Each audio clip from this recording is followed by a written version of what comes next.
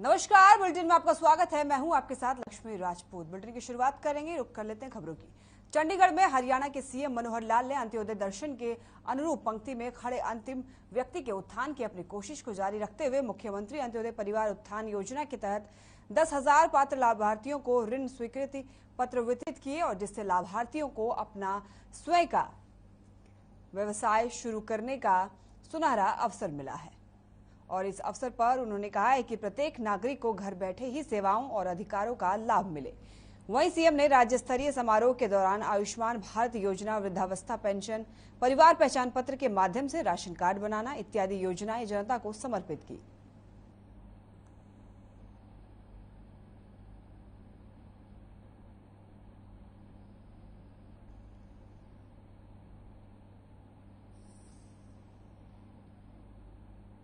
कि आज का दिन विश्व स्वास्थ्य दिवस, ये ऐसा भी है। 7 अप्रैल विश्व स्वास्थ्य दिवस होता है। तो में से लगभग 3 लाख नए परिवार जिनको अभी तक आयुष्मान कार्ड नहीं बना था, अभी तक 10.5 लाख परिवार हमारे ऐसे थे जिनको आयुष्मान कार्ड मिला हुआ है। आज 3 लाख परिवारों का और हमने पुश किया है डाटा। जैसा पुश करने के बाद केंद्र सरकार के उस वेबसाइट के ऊपर वो चढ़ेगा, उन 3 लाख परिवारों को गोल्डन कार्ड, ये जो आयुष्मान कार्ड है, ये और मिल जाएगा।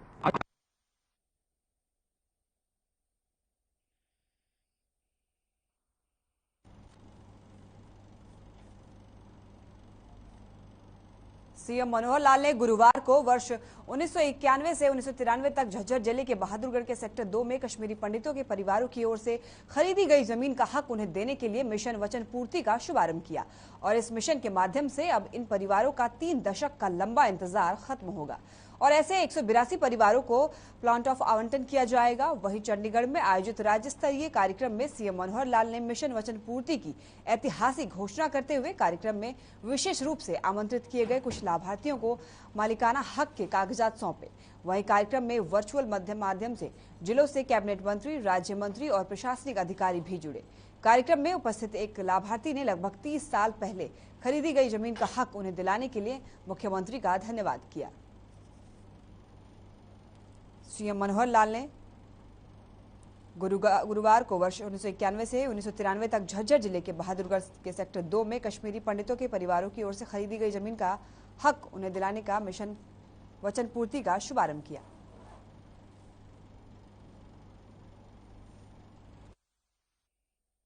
कांग्रेस के समय में 1991 और 1993 के बीच में जब कश्मीरी भाई हमारे यहाँ करके परिवार छोड़कर, वहां से घर परिवार छोड़ करके यहाँ आए विस्थापित होकर, उस समय इन लोगों ने कुछ जमीन खरीदी थी बहादुरगढ़ में आकर, और वो झगड़े की जमीन थी।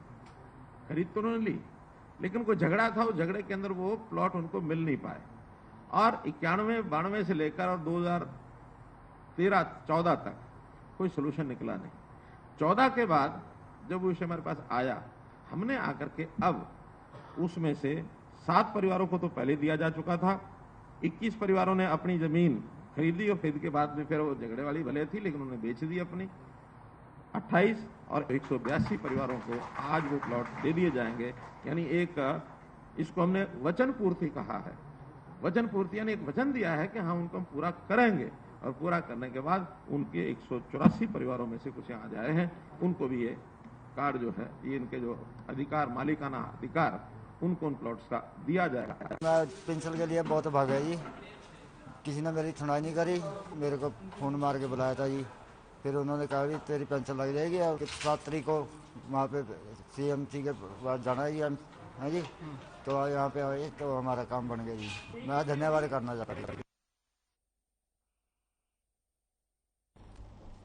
झज्जर में 3 दशक से अपनी जमीन के लिए तरस रहे कश्मीरी पंडितों का आखिरकार उनकी जमीन की कस्टडी मिल गई है। सीएम ने वीडियो कॉन्फ्रेंसिंग के जरिए कश्मीरी पंडितों को उनकी जमीन दी।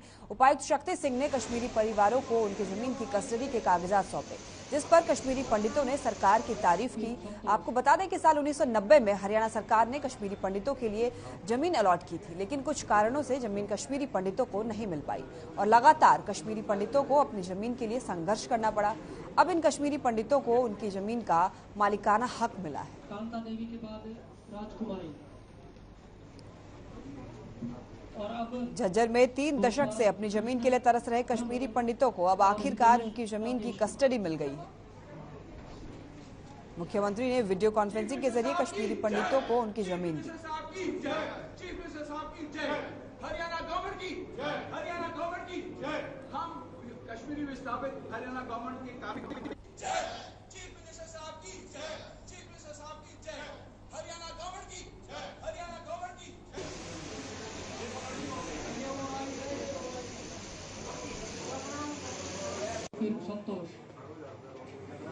खतर साहब का कृतज्ञ हूँ कि उन्होंने ये एक ऐसी चीज जो पिछले 30-32 साल से चल रही थी इसका समाधान किया और पर्सनल इंटरवेंशन से मतलब एक हफ्ते में जो हुआ जो पिछले 30 साल में नहीं हुआ ये हमने कभी सोचा भी नहीं। और हम पूरी जन्म हम बीजेपी सरकार के चीफ मिनिस्टर साहब की, हरियाणा गवर्नमेंट की, हरियाणा एडमिनिस्ट्रेशन मतलब एक मॉडल है जो मुझे नहीं लगता और कहीं ऐसा डुप्लीकेट हुआ कि एक हफ्ते या 10 दिन में सारा का सारा लैंड का अलॉटमेंट लेटर बना, जो भी इश्यूज थे वो सॉर्ट आउट हमने 90 के ज़मीन ली थी यहाँ, लेकिन उसके बाद वो ज़मीन गवर्नमेंट ने एक्वायर की और तब से हम लड़ते रहे कि कब हमें ये ज़मीन वापस हम पर अलॉट हो जाएगी। बहुत जद्दोजहद करने के बाद अब यहाँ हरियाणा के चीफ मिनिस्टर श्री मनोहर ने हम पर दया की और हमें ये ज़मीन मिल गई। इसमें जो बहादुरगढ़ के ईओ साहिबा है और जो एडमिनिस्ट्रेटर साहब है और तहसीलदार साहब हैं, उन्होंने दिन रात काम करके हमारा ये मसला हल किया। अब आगे भी थोड़े बहुत प्रॉब्लम्स हैं जिनके लिए हमने उनको ऑलरेडी बोला हुआ है। जय, चीफ मिनिस्टर साहब की जय, चीफ मिनिस्टर साहब की जय, हरियाणा गवर्नमेंट की जय, हरियाणा गवर्नमेंट की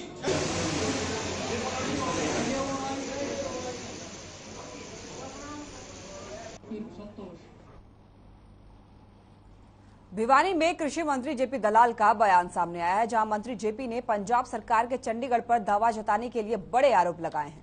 मंत्री जेपी ने कहा है कि पंजाब में आप पार्टी झूठे वादे कर सत्ता में आई है, अब वो वादे पूरे नहीं हो रहे हैं तो लोगों को चंडीगढ़ के नाम पर गुमराह किया जा रहा है। यही नहीं, जेपी दलाल ने यह भी कहा है कि एसवाईएल दक्षिण हरियाणा की जीवन रेखा है, केजरीवाल हरियाणा के हैं और यहाँ का नमक खाया है और ऐसे में हर गांव के लोगों में केजरीवाल को लेकर गुस्सा है कि वो हरियाणा को एसवाईएल का पानी नहीं दिला रहे हैं।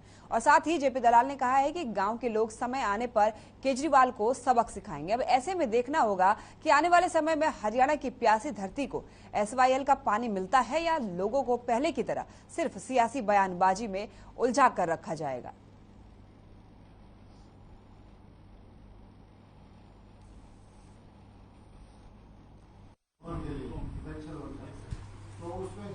देखिए, जो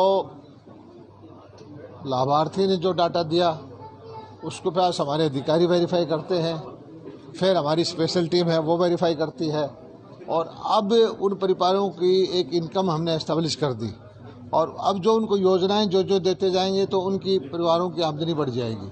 मान लीजिए एक परिवार की आमदनी 1 लाख है, उसमें एक किसी आदमी को बच्चे को रोजगार मिल जाता है 20,000 रुपये महीने का, तो 2,40,000 उसकी वो ऐड हो जाएगी, तो वो परिवार ऑटोमेटिक बाहर हो जाएगा। इसी तरह से मान लीजिए एक परिवार में किसी को उम्र है 59 ईयर्स है, उसको अभी तक बुढ़ापा पेंशन का लाभ नहीं मिलता। 60 साल का जब वो आगा तो अपने आप बगैर उसको बुलाए उसके बुढ़ापा पेंशन मिलने लग जाएगी। तो अब उन काम कर रहा है। मैं आपके पास फेज 1 की कितनी फीस आई थी, अब लीड बैंक में लोन के लिए तो उसमें ये जो आगे बैठे इनको रुक कर लेते इस वक्त की बड़ी खबर की। इस वक्त की बड़ी खबर अंबाला से। आपको बताते चले कि कष्ट निवारण समिति की बैठक होनी है। अंबाला से ये बड़ी खबर आपको बता रहे हैं। शिक्षा मंत्री कंवरपाल गुर्जर करेंगे बैठक की अध्यक्षता। अंबाला शहर के पंचायत भवन में होगी बैठक। सुबह 10 बजे से शुरू होगी बैठक। अंबाला से ये बड़ी खबर, कष्ट निवारण समिति की होनी है बैठक। कष्ट निवारण समिति की बैठक होगी। शिक्षा मंत्री कंवरपाल गुर्जर करेंगे बैठक की अध्यक्षता। इस वक्त की बड़ी खबर, अंबाला शहर के पंचायत भवन में होगी बैठक। सुबह 10 बजे से शुरू होगी बैठक। इस वक्त की बड़ी और अहम जानकारी टीवी स्क्रीन पे आपके सामने है। अंबाला से कष्ट निवारण समिति की बैठक होगी। शिक्षा मंत्री कंवरपाल गुर्जर करेंगे इस बैठक की अध्यक्षता। इस वक्त की बड़ी खबर, अंबाला शहर के पंचायत में होगी बैठक। सुबह 10 बजे से शुरू होगी बैठक। अंबाला से ये बड़ी खबर, कष्ट निवारण समिति की बैठक होगी। शिक्षा मंत्री कंवरपाल गुर्जर बैठक की अध्यक्षता करेंगे। इस वक्त की बड़ी खबर अंबाला से, अंबाला शहर के पंचायत भवन में होगी कष्ट निवारण समिति की बैठक। सुबह 10 बजे से शुरू होगी बैठक। इस वक्त की बड़ी और अहम जानकारी टीवी स्क्रीन पे आपके सामने। अंबाला से कष्ट निवारण समिति की बैठक, शिक्षा मंत्री कंवरपाल गुर्जर करेंगे इस बैठक की अध्यक्षता। यहां रुकते हैं एक छोटे से ब्रेक के लिए, फौरन हाजिर होंगे।